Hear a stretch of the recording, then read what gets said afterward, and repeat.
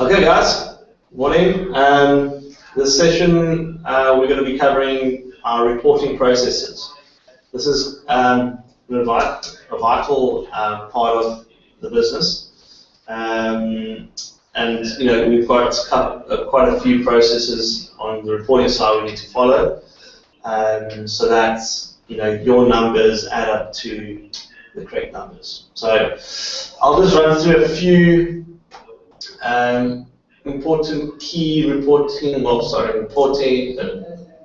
important aspects of this. So if I open up the document, so let me share my screen.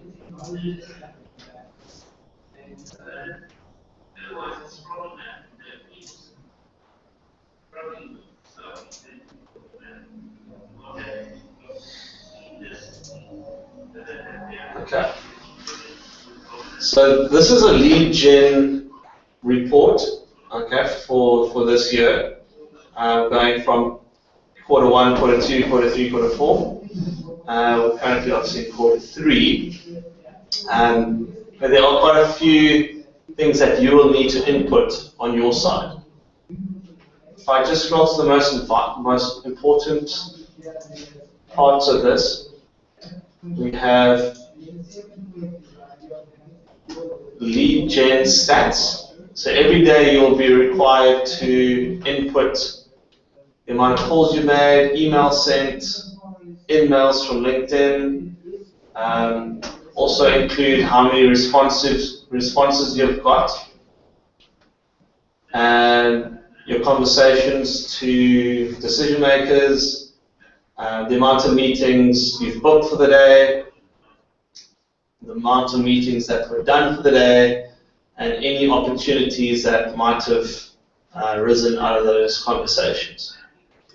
So as you can see, if I scroll across, got your name at the top, Caleb, what region you're working, so R4 meaning South Africa, and just obviously on the left-hand side the day and the month.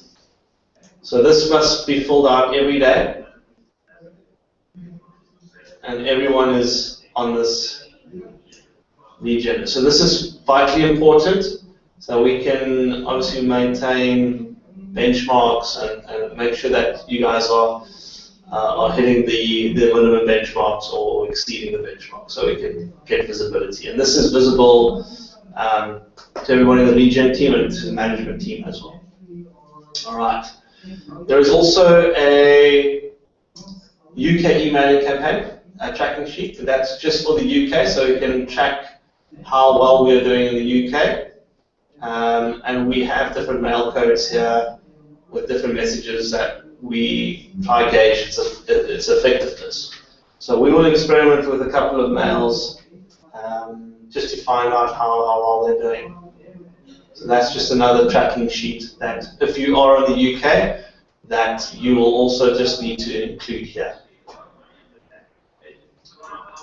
We move along to the SA or the lead gen detail sheet. So this sheet is quite important.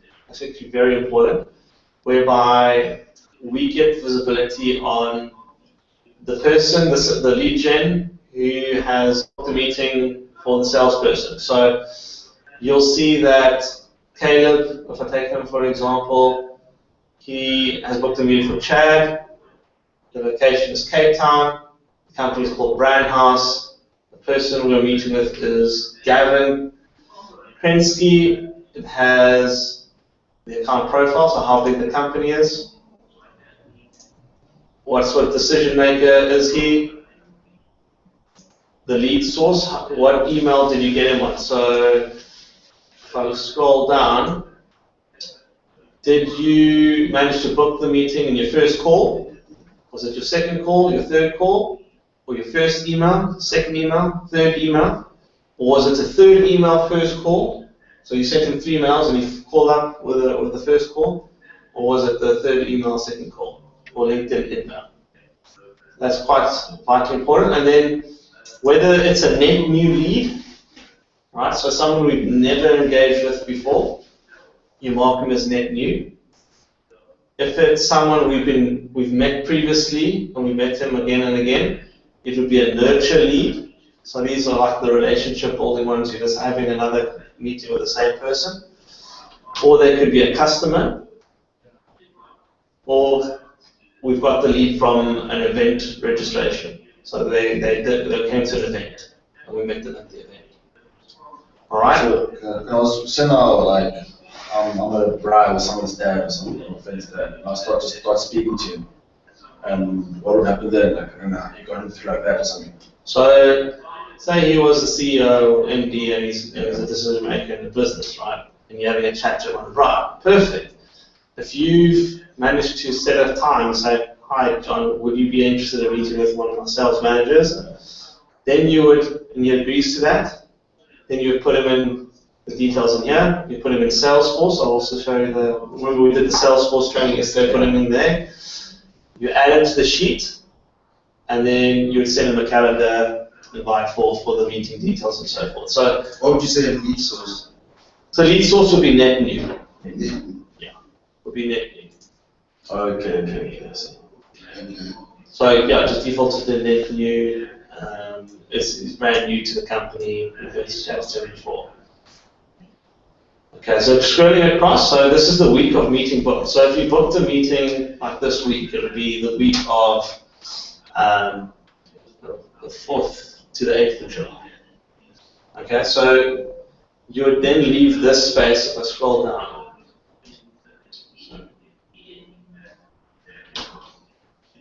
You can see there's quite a few meetings here to be done. We defaulted to meeting due in the next 2 weeks because we want to book meetings within a 2-week time frame. Anything, say you booked a meeting now and it's only once a meet in September, it's not going to really happen that way. So you want to keep it within 2 weeks. So you booked a meeting this week and maybe next week you'll meet for the week after. Great. That's how you want it to set the meeting up. And then you'll just default it to meeting due in the next 2 weeks. Okay? Once that meeting's been completed, you go back into your sheet and you'll just add in the week. Can you tell me for a second? Salesforce, who does the verification code go to? For marketing? It goes to the lead gen group. Lead gen group. Leadgen at growvice.com. Okay, who's got access to that? You need it now? Okay, I'll give it to you. Cool. So just 2 seconds.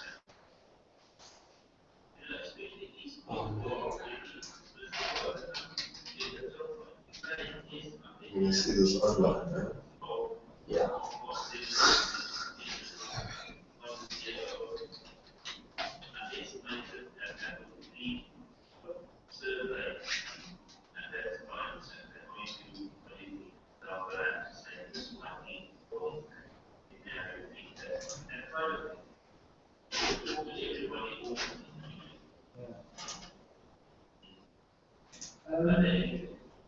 So like this does.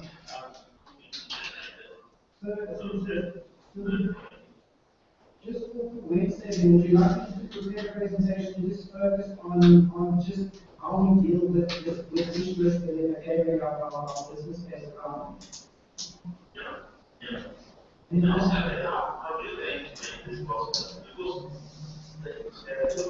Okay, sorry about that, guys. So when that meeting has happened, you will come back to the sheet and you input the week that it happened in. Okay? If the meeting was cancelled or rescheduled, you'd add it in here. Incomplete meeting status. Rescheduled, cancelled, or if it's scheduled over 30 days, you reschedule it over 30 days. Alright, if it is a conversion opportunity, so it was a great meeting and they want to go ahead and scope out a project, you would select yes as a conversion op. And then what product are they interested in, and you can select from a multitude products. And then the meeting quality rating by sales, quite important because you get rated by the quality of that engagement. So there's a 1 to 5 engagement process. 5 being the top, 1 being the worst. So 5 is you've met with a company that's over 200 employees, and it's a decision maker. No matter the outcome of the meeting, that is a 5. Okay? So you've put the salesperson in contact with a biggish company and with a decision maker. Great. And then you get the A-rate commission structure for that. 4 would be either the company size is less than 200 or he's not quite the decision maker. So he could be an influencer or your champion that can drive things. So not necessarily to say it's bad, it's just one notch down. So it would be like a CIO or something. CIO is a 5, so CIO is a decision maker. It would be an IT manager. So you know that there's a CIO above him, the IT manager would be the 4. Okay. So no, that's also good. I'll classify that as also A-rate, 5s and 4s. Okay, that's A-rate commission because you get heads of departments and so forth. If it's a 3, either the company size is small or he's not a decision maker. Or he thinks he's a decision maker, it's not really, like, you can suss it out. It wasn't really a great meeting in terms of the right person. Okay? So it's average. 3 would be an average sort of score for a meeting. We don't really want the 3s, we want 4s and 5s. 2 would be you've booked the meeting with a very bad contact. Okay, so maybe in the IT department, he's probably some senior, like a deployment expert or something, but he's not a decision maker, but maybe he's an architect or something. Or the company is so small that it's not really our target. That would be a 2. 1 would be the worst of the worst. You're booking with a tea lady. and it's a barber shop or something. That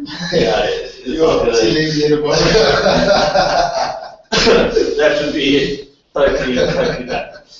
All right, so that's the meeting quality rating. Okay, so there's a rating system, and sales would rate you. So you can't exactly rate yourself. So you get the feedback from your sales manager and saying, "Hey, John, how was that meeting?" And he'll tell you it's 5, 4, 3, 2, or 1. All right. So, and there's areas where you'll find that you should only be booking 5s because the visibility that you'll get into LinkedIn, you'll know that they're 5 as soon as you target them. So that's not to worry. You should always just be targeting that way. Okay, reporting month is important. I think we're in July. This person hasn't updated their doc. So say for June, reporting month June, what quarter is it? Q2. Meetings days from completion, we go down to.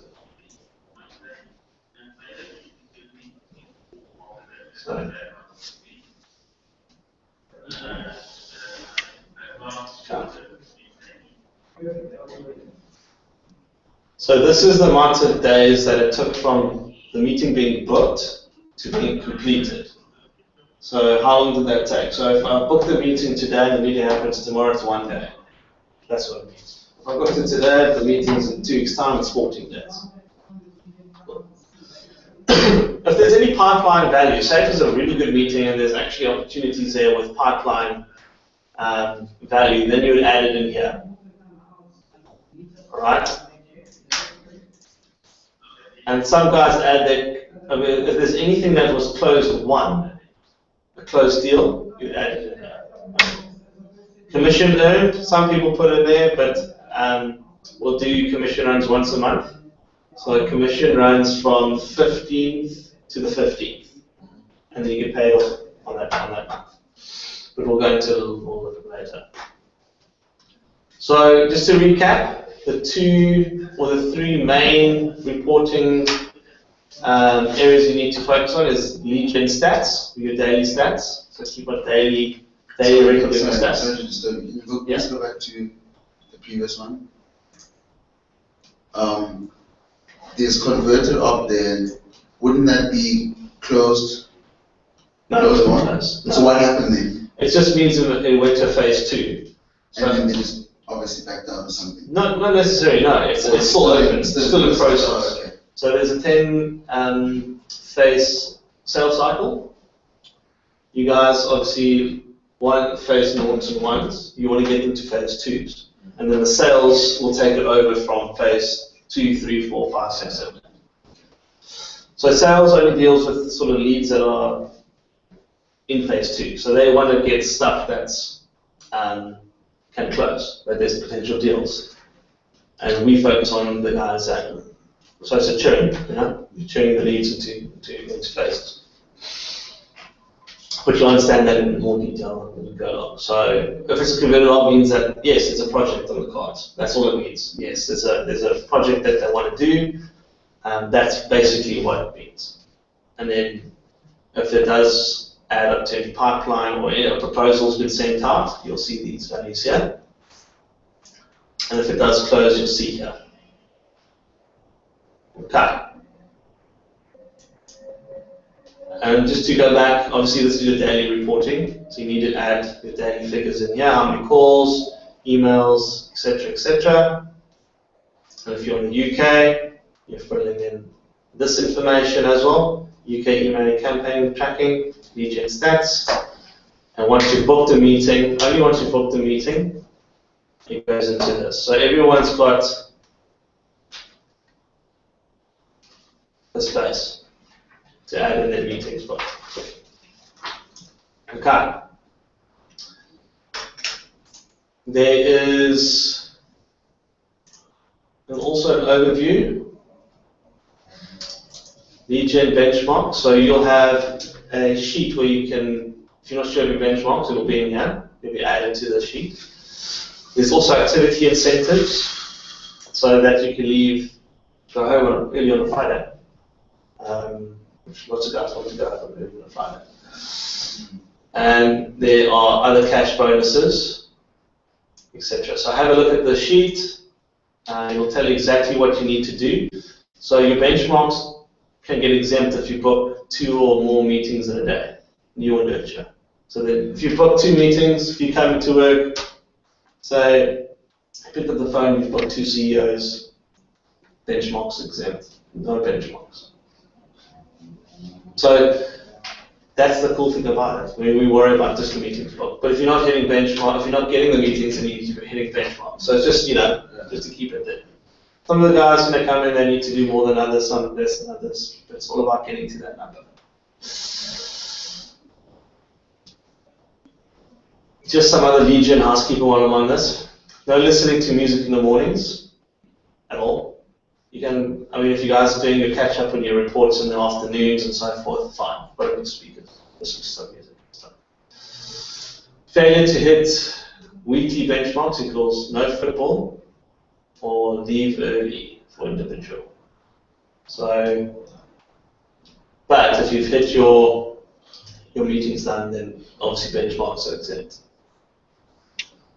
Okay. Benchmarks can be interchanged, so you can do calls to emails. If you don't want to do more calls or more emails, it's up to you, but there has to be a good balance of calls and emails throughout the day. If you're behind on a day, you make it up the next. So if you do more in one day, you can do less on the next. So if you want to blast out, so you got a great run, I want to do 120 miles today, do less tomorrow, etc. So you have these weekly targets, not necessarily daily. So if you're sick, you have to catch up on the benchmarks you missed. But if you're on leave, the daily benchmarks get subtracted. That's exactly leave. But if you're sick, you've got to make it up. And failure, this is a big one. Failure to input daily reporting, you'll have 1 month's grace. So from your second month, you get deducted 100 Rand off commission per offense. So make sure you do this every day. Okay. Just some things on performance. You obviously got a month grace, but you want to be at least hitting 60% on a monthly basis. If your performance dips below 60%, then we'll just have a little performance review to find out how we can get that up.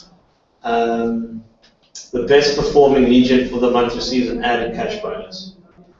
So if you're the top of the class, it's a nice little surprise for you. at the end of that month. What does that 60% on meetings booked mean? So you got a target, all right? Say your benchmark, you need to book 28 meetings in a month, or have 20 done.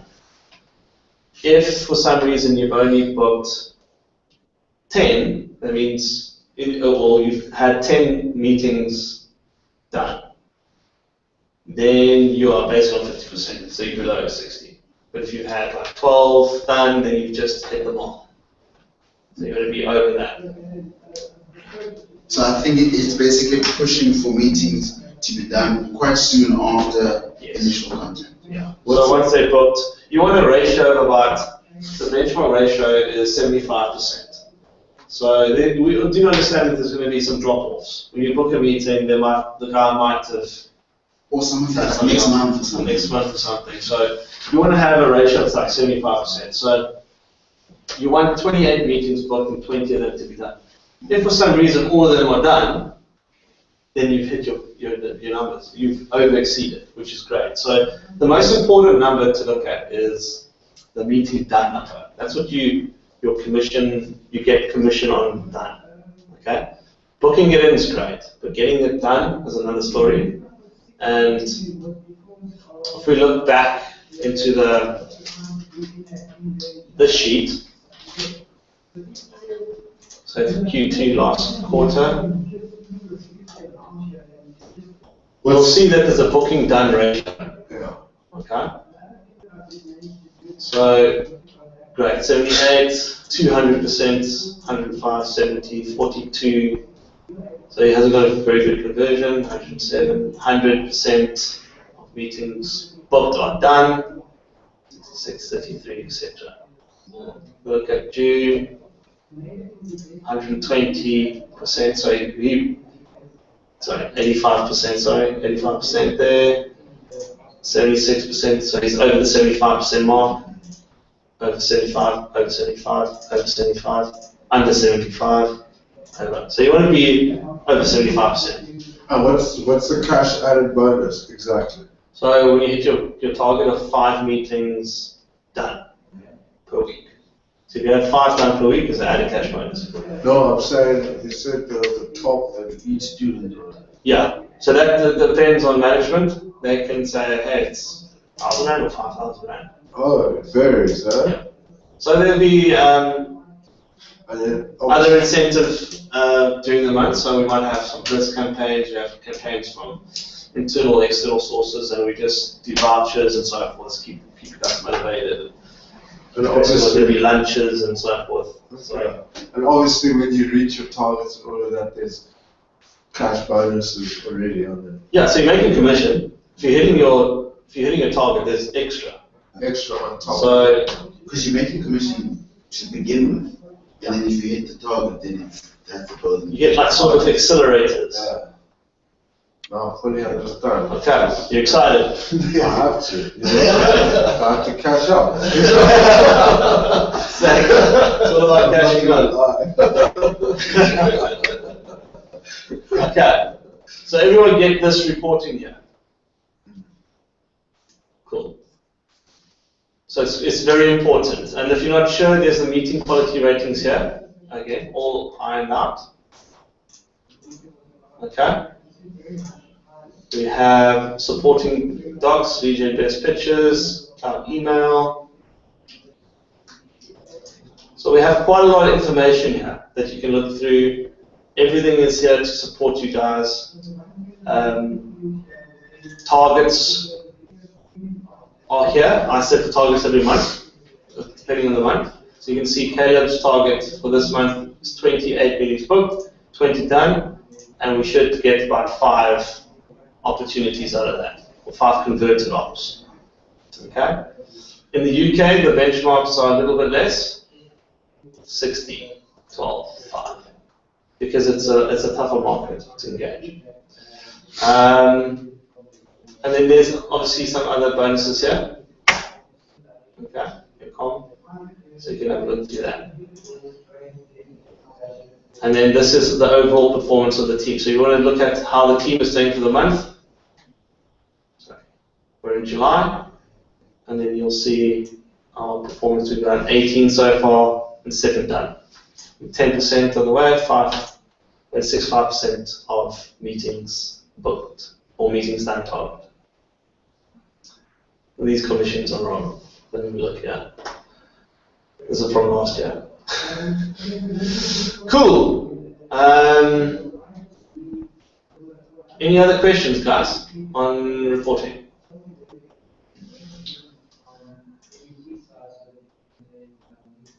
You just need to focus on. So this is obviously taken from the daily report, and then you compile that.